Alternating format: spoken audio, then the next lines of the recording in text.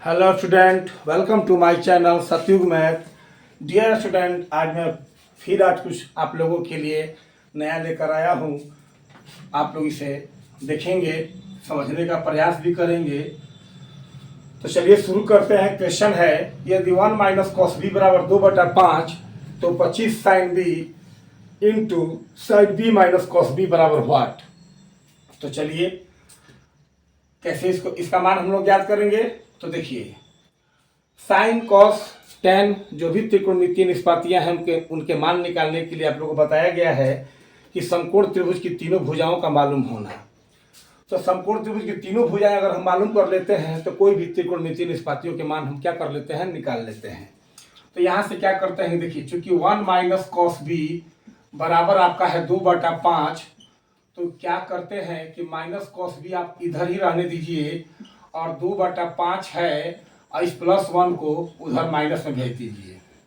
अब चलिए, minus cos B यहाँ पर भिन्न पर का घटाव है 5 एलसीएम आप ले लीजिए, डिवाइड कीजिएगा 1 बार में और 1 से 2 में गुना कीजिएगा 2 और माइनस नीचे 1 छिपा हुआ है, 1 से भाग दीजिएगा तो 5 बार में जाएगा, 5 से 1 में गुना करेंगे तो क्या होगा, 5। अब चलिए, माइनस कॉस बी बराबर -5 और 2 प्लस में है तो घटेगा तो -3 होगा, क्योंकि जिसमें से घटाएंगे उसी का साइन देते हैं।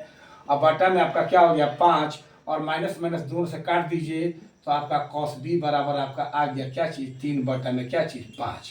अब देखिए, कॉस थीटा आप पढ़े हैं कि आधार बटा कर्ण होता है, यानी कि आधार बटा में क्या चीज़, कर्ण, यानी b/h।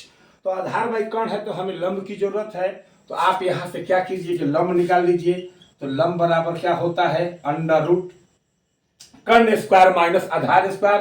तो कर्ण आपका 5 है तो 5 का स्क्वायर, आधार आपका 3 है तो 3 का स्क्वायर कर दीजिए। अब आप देखिए क्या होगा, 5 का स्क्वायर कीजिएगा तो 25 और -3 का स्क्वायर कीजिएगा तो 9 और 25 में से 9 हो गया तो क्या हो गया आपका 16 और 16 का वर्गमूल क्या हो गया आपका 4। यानी कि लंब भी आपका 4 मालूम हो गया, आधार 3 है और कर्ण क्या है, 5 है। तो आप कोई भी त्रिकोणमितीय निष्पातियों के मान क्या कर सकते हैं, निकाल सकते हैं। तो हमें इतना का मान निकालना है। तो आपका क्या है, 25 sine B into sine B minus cos B. तो क्या करते हैं कि 25 ठीक है, यहाँ इंटू यानी गुना का चिन्ह है और साइन थीटा लंब बटा कोण होता है। तो लंब आपका 4 है और कोण आपका 5 है, तो लंब बटा कोण यानी कि 4/5। फिर साइन थीटा है तो मतलब साइन बी बताया है कि कोण की जगह का कुछ भी हो सकता है, अल्फा बीटा गामा ABCD कुछ भी हो सकता है।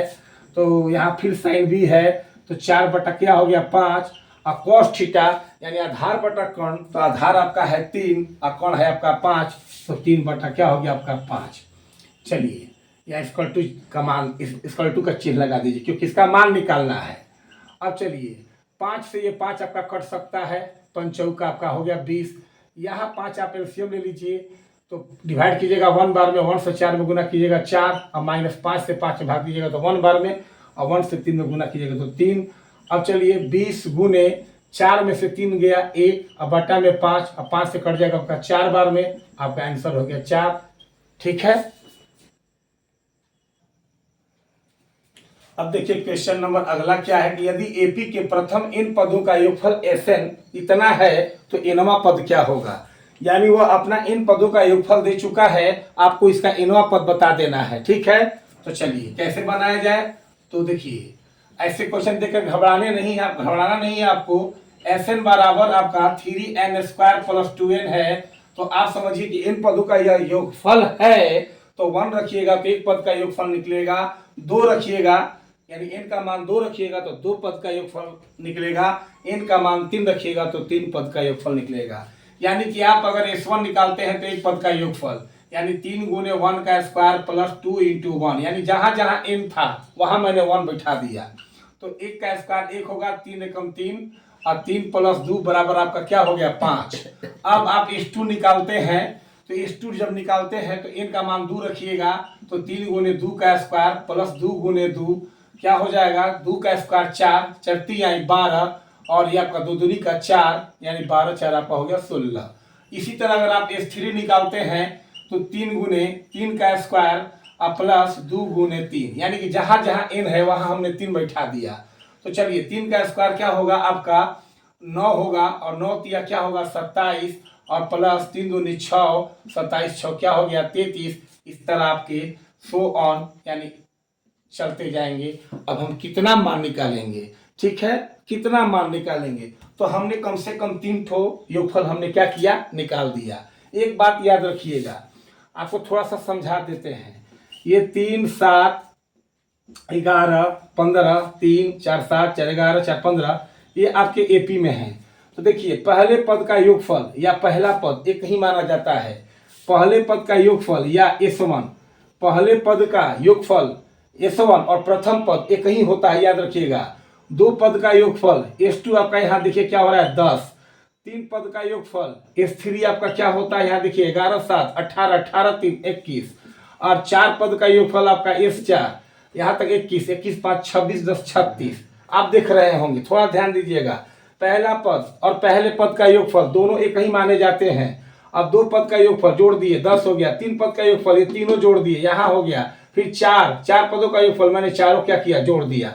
अब हम इस योगफल के माध्यम से मान लीजिए कि हम दूसरा पद निकालना चाहते हैं। पहला पद तो हमारा वही होता है जो एक पद का योगफल होता है, तो दूसरा पद के लिए क्या कभी कीजिए, उसी पद के योगफल में से पहले पद का योगफल घटा दीजिए, मतलब उसके पहले वाले पद का योगफल यानी A2 है तो उसी पद का योगफल यानी S2 और माइनस क्या कर दीजिए S1 यानी S2 माइनस S1। तो देखिए आपका S2 कितना है 10 और S1 आपका कितना है 3, तो 10 में से 3 घटा दीजिएगा तो आपका निकल गया 7। देखिए दूसरा पद निकल गया। उसी तरह आपको A3 निकालना होगा। A3 निकालना होगा तो क्या कीजिएगा, ध्यान दीजिएगा, क्या कीजिएगा, उसी पद के योगफल में से यानी S3 में से उसके पहले वाले पद का योगफल घटा दीजिए। S3 आपका कितना है 11, चलिए मान लेते हैं S3 नहीं 21 और S2 आपका क्या है 10 और घटा दिए तो क्या हो गया आपका 11। देखिए आपका तीसरा पद 11 आ गया। तो आप इसे समझने का प्रयास करेंगे। तो चलिए मेरा ये देखिए पहला पद आपका निकल गया यानी A यानी S1, दोनों एक ही बात होते हैं 5। पहला पद मालूम हो गया। दूसरा पद के लिए क्या करते हैं हम, A2 बराबर S2 माइनस S1 कर दिए। तो S2 हमारा कितना है 16 लिख दिया और S1 मेरा कितना है 5। 16 में से 5 है तो क्या हो गया 11। इसी तरह तीसरा पद मान लीजिए निकाल देते हैं। तो तीसरा पद के लिए क्या करेंगे, इस S3 में से उसी पद के योगफल में से उसके पहले वाला योगफल घटा दीजिए। S3 आपका 33 है, 33 लिख दिए माइनस S2 कितना है, तो S2 आपका यहाँ निकला हुआ है 16, घटा दीजिए। 13 में से 6 गया 7, 13 में से 6 गया 7, 2 में से 1 गया 1। अब चलिए अब हमें पहला पद दूसरा पद और तीसरा पद मालूम हो गया। तो किसी भी पद को निकालने के लिए, किसी पद को निकालने के लिए आपको A और D की जरूरत है। तो A तो हमें मालूम है 5 लेकिन D मालूम नहीं है। तो D क्या करते हैं, अगला पद माइनस ठीक पहला पद घटाते हैं। यानी या 11 में से 5 घटा दीजिए तब भी आपका 6 आएगा, या तो 17 में से 11 घटा दीजिए तब भी आपका क्या आएगा 6 आएगा। तो D आपका क्या निकल गया 6, या तो 11 में से 5 अगला पद माइनस पहला पद या अगला पद माइनस पहला पद। 17 में से भी 11 घटाइएगा तो क्या आएगा 6। तो D मालूम हो गया। A आपका मालूम है, आप निकाल दीजिए। एनवा पद पूछा है तो AN बराबर फॉर्मूला डाल दीजिए। एनवा पद का फॉर्मूला होता है A plus N minus 1 into D होता है। A का मान आपका ऑलरेडी मालूम है 5 रख दिए और आपका N निकालना है एनवा पद, तो N इसी तरह रह जाएगा -1 और D का मान हो गया आपका 6।